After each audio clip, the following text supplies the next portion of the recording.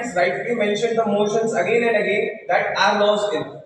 But they forgot a very important point. The first thing was, are laws enough for women's safety? Not in particular. My fellow mate mentioned here that making laws is also a law under constitution. Yeah, it is. But that's not related to the motion. I would like to mention that we have currently POXO Acts, we have Amendment Acts, we have Acts about after the amendment of Nirbhaya Act. But the problem that lies here in the pretensions of what if the act is wrong. If you are saying that laws are enough, that means laws are enough and perfect in every context. For rape cases, for any minor cases, the laws are enough. Women's safety is a major concern today. Even if the laws are implemented, you say that yeah, if the woman is raped, the person is accused, then will be in jail for this much time. We have heard about the cases of many politicians. I'm not going to name a particular party. There are politicians who rape someone, they get accused, and they came out bail on 1 or 2 months. Those are not. And if you say this is the failure of implementation, it is maintained by government and government makes the laws.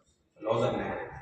Second thing I would like to mention, as I mentioned in my statement as well, if there are answers to a particular situation, there must be excuses as well. If somebody accused you, he is wrong, then there should be penalty on women. And this is not regarding women safety as well, it is related to women safety. So it is must of a concern.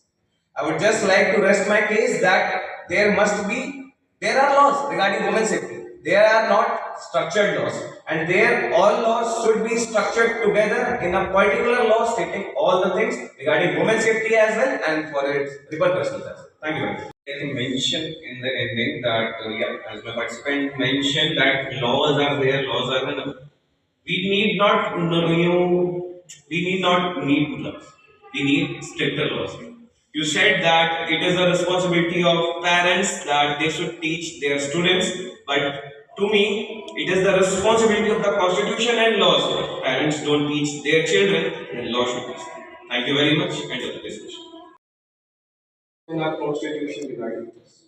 Yeah. Women laws are there, but regarding the protection from them, regarding substantial scenarios, there are no specific laws. But so what's your today we are debating whether the Indian laws are enough for women.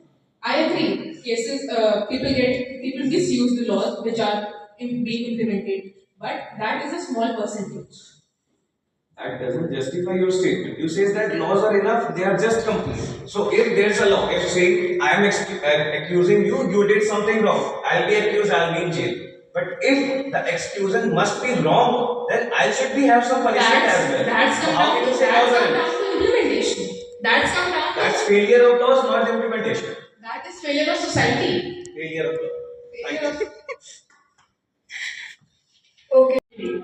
You said you made a statement that is a failure of implementation. But I would like to add that's not a failure of implementation. That is failure of enforcement. There's a difference between implementation and enforcement. I rightfully mentioned it is not a failure of implementation. I mentioned the word government thinking and repercussions to a thing. If the government is making law, the law itself states if somebody is accused in 24 hours, it will be taken in custody of the police. Police takes the custody, then guy will be in remand, there will be trials in the court, and the guy will be abjected to the jail. We all know the process.